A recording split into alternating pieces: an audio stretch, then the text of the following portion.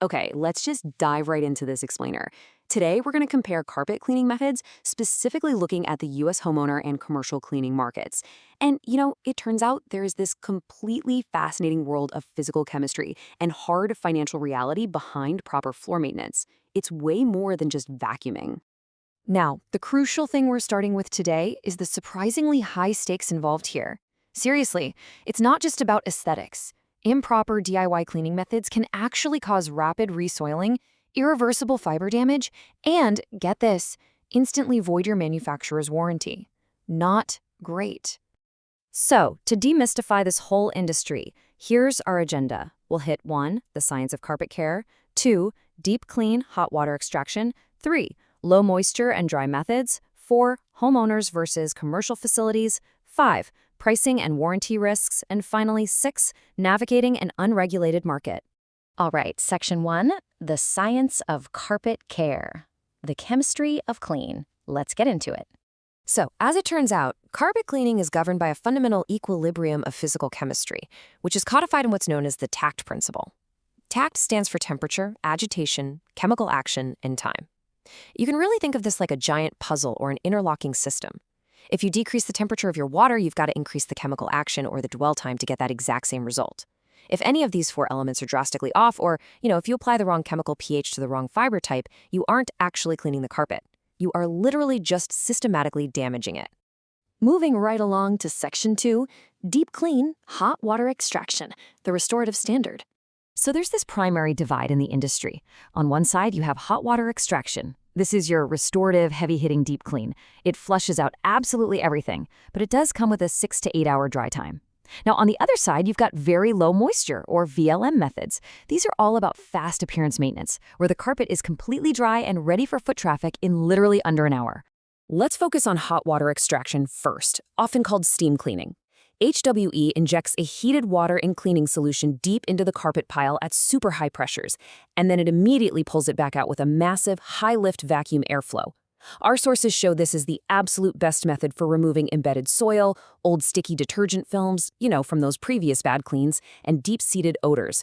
But the real secret? What makes this a true professional clean is the finishing rinse that neutralizes the carpet's pH, leaving it soft and totally residue-free.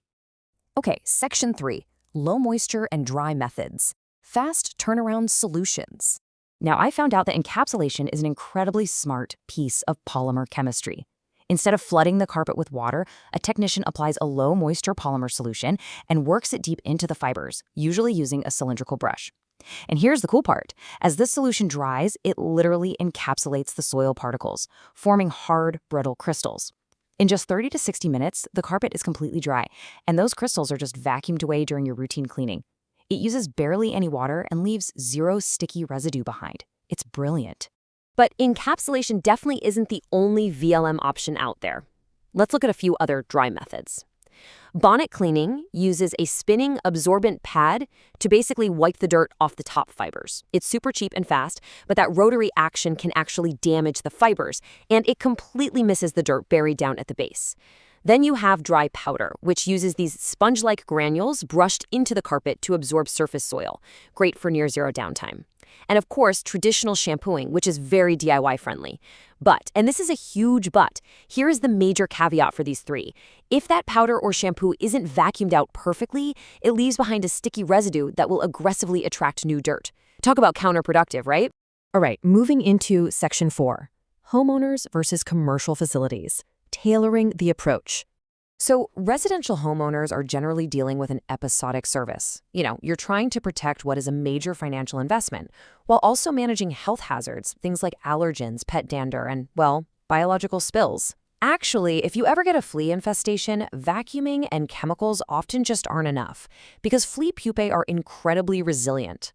The only non-chemical way to eradicate them at all life stages is the deep heat of a professional steam cleaner hitting temperatures way up above 200 degrees Fahrenheit. Because of these deep-seated issues, homeowners really need restorative hot water extraction every 12 to 18 months. Now, on the flip side, commercial operators, think hospitals, office buildings, hotels, they prioritize continuous appearance and absolutely 0 downtime. I mean, you can't exactly have a high-traffic corridor sitting wet for 6 hours, right? That's a massive slip-and-fall liability waiting to happen. So commercial facilities lean heavily into encapsulation and dry cleaning for their daily or weekly maintenance, and they might only pull off the hot water extraction once a year. We're talking about a massive market here, with annual maintenance contracts ranging anywhere from $5,000 for a small office to well over $250,000 for major hospitality venues. Let's jump to Section 5, Pricing and Warranty Risks, the financial reality. Looking specifically at the U.S. market, here's a baseline for transparent pricing per room. Vonnet's is definitely the cheapest at $30 to $90, but remember, it's really just a surface wipe. Standard hot water extraction averages $40 to $90 and up. But take a look at this. Notice how thorough encapsulation actually prices a bit higher, landing between $85 and $250 a room? That's because the specialized polymer chemistry and the application machinery are way more advanced. It gives you that magical combination of deep cleaning chemical action with a super fast 30-minute dry time. At this point, you might be thinking, hey, why don't I just rent one of those grocery store machines for $40? Well, our sources highlighted a massive risk. To quote, consumer and rental units often leave high detergent residues causing the carpet to resoil rapidly. Basically, underpowered DIY machines completely lack the vacuum lift. They often pull less than 120 inches of water lift, which means they simply cannot suck that soapy water back out. So they leave a sticky detergent residue deep down in the pile. And when you walk on it, that residue actively grabs the dirt right off your shoes. You are literally turning your own carpet into a giant dirt magnet. No way. And what happens when you ruin those fibers with overwetting or high alkaline DIY soaps? You have to rip the whole thing out. $3 to $11. That is the staggering cost per square foot for the installation alone if you have to replace a prematurely ruined carpet. And here's the real kicker. Major manufacturers will flat out void your warranty if you use unapproved DIY methods or skip your regular professional cleanings. Finally, Section 6, Navigating an Unregulated Market, Hiring Certified Pros. Here's the Wild West part of all this. Because there is no legal gatekeeper for this industry like there is for plumbing or electrical work, literally anyone can just buy a cheap portable extractor from a hardware store, print out some flashy flyers, and advertise themselves as a professional carpet cleaner. Therefore, voluntary third-party certification is the absolute only reliable signal of competence. You have to protect your investment. You have to know what to look for. First up, the equipment. It turns out that major manufacturers explicitly mandate that your cleaner absolutely must use machines and solutions carrying the Carpet and Rug Institute, or CRI, seal of approval. If they don't use it, your wear and stain warranties are instantly voided. Boom, gone. Second, the technician themselves. Our sources point out that ensuring the person actually doing the work in your home carries an IICRC certification is absolutely key. It proves they've been formally trained on that complex physical chemistry and all those TAST principles we covered earlier.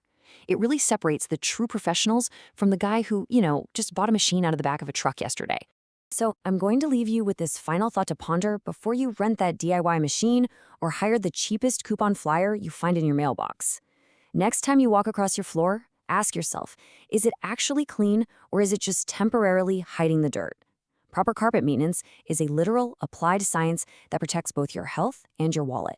Understand the methods, demand transparent pricing, and always verify those certifications. Thanks for hanging out with me for this explainer, and I'll see you next time.